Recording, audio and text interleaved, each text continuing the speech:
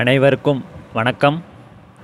Track realignment வேலைகள் Kilambakkam railway ஸ்டேஷனில் complete பண்ணிட்டாங்க. அதாவது ஏற்கனவே எக்ஸிஸ்டிங்காக இருக்கிற தேர்ட் லைன் பக்கத்தில் சுமார் ஒரு 300-400 மீட்டர் டிஸ்டன்ஸ்க்கு புது ட்ராக் அமைச்சிட்டாங்க. அதை தேர்ட் லைனாக கன்வெர்ட் பண்ணிட்டாங்க. பழைய தேர்ட் லைன் ட்ராக்கை 2 பக்கமும் கட் பண்ணி எடுத்துட்டாங்க. இன்னும் நடுப்பகுதியில் அந்த பழைய தேர்ட் லைன் ட்ராக் இருக்குது. அதுவும் ஒரு சில நாட்களில் ரிமூவ் பண்ணிடுவாங்க. ஒன்ஸ் அந்த ட்ராக்கை ஃபுல்லாக ரிமூவ் பண்ண பிறகு பிளாட்ஃபார்ம் அமைக்கிற வேலைகள் தொடங்கிடுவாங்க. அதாவது 2வது ட்ராக்குக்கும் 3வது ட்ராக்குக்கும் நடுவில் ஐலேண்ட் பிளாட்ஃபார்ம் அமைக்கிற வேலைகள் தொடங்கிடுவாங்க. இப்போது அந்த கட் பண்ணி எடுத்த அந்த ட்ராக்கோட வியூ தான் பார்க்குறீங்க.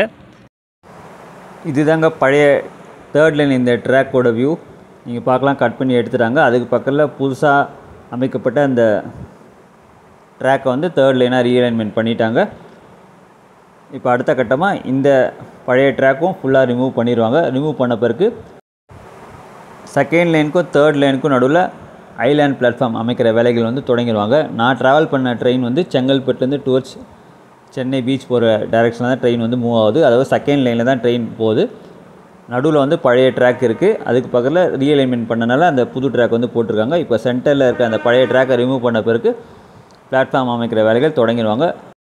இப்போது செகண்ட் லைனுக்கும் தேர்ட் லைனுக்கும் நடுவில் ஐலேண்ட் பிளாட்ஃபார்ம் அமைக்கிற அளவுக்கு நிறைய ஸ்பேஸ் கிடச்சிருக்கு. பழைய தேர்ட் லைன் கட் பண்ணி எடுத்த அந்த ஒரு போர்ஷன் தான் பார்க்குறீங்க.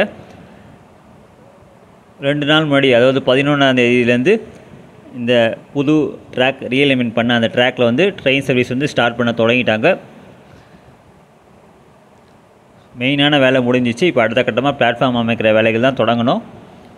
ஃபஸ்ட்டு 2 பக்கமும், அதாவது செகண்ட் லைனுக்கு பக்கத்துலேயும் தேர்ட் லைன் பக்கத்துலேயும் கிட்டத்தட்ட ஒரு 300 மீட்டர் நீளத்துக்கு பள்ளம் நோண்டி பிளாட்ஃபார்ம் அமைக்கிற அந்த வேலைகள் தொடங்கிடுவாங்க. அதுக்கான அந்த காங்க்ரீட் வால் அமைக்கிற பணிகள் ஏற்கனவே செஞ்சு வச்சுட்டாங்க. அது கிரெயின் யூஸ் பண்ணி அந்த பள்ளத்தில் வைப்பாங்க. வச்சோடனே பிளாட்ஃபார்ம் ஹைட்டுக்கு அந்த காங்க்ரீட் வால் அமைச்சிருவாங்க. அதுக்கப்புறம் அந்த 2 பக்கமும் நடுவில் மண் நிரப்பி அடுத்த கட்டமாக காங்க்ரீட் ஃப்ளோரிங் வேலைகள் பண்ணுவாங்க. அதுக்கப்புறம் பிளாட்ஃபார்ம் ஷெல்டர் அந்த வேலைகள் தொடங்குவாங்க. கொஞ்சம் ஸ்பீடாக வேலைகள் பண்ணாங்கன்னா அடுத்து ஒரு 3 மாதத்துக்குள்ளே இந்த பிளாட்ஃபார்ம் வேலைகள் முடிச்சிடலாம். இதுதாங்க பிளாட்ஃபார்முக்காக அமைக்கப்பட்டிருக்க பிளாட்ஃபார்ம் வால்னு சொல்லலாம். இதை செகண்ட் லைனுக்கு பக்கத்துலேயும் தேர்ட் லைன் பக்கத்துலேயும் கிட்டத்தட்ட ஒரு 300 மீட்டர் டிஸ்டன்ஸ்க்கு கிரவுண்ட் லெவலில் ஒரு 2 அடி பள்ளம் நோண்டி மோஸ்ட்லி கிரேன் யூஸ் பண்ணி இந்த பிளாட்ஃபார்ம் வாலை அந்த பள்ளத்தில் வைப்பாங்க. அதாவது செகண்ட் லைன் பக்கத்துலேயும் வைப்பாங்க, தேர்ட் லைன் பக்கத்துலேயும் வைப்பாங்க. ஏன்னா காமன் பிளாட்ஃபார்ம் அமைக்கிறதுனால அந்த டைப்பில் தான் அமைப்பாங்க.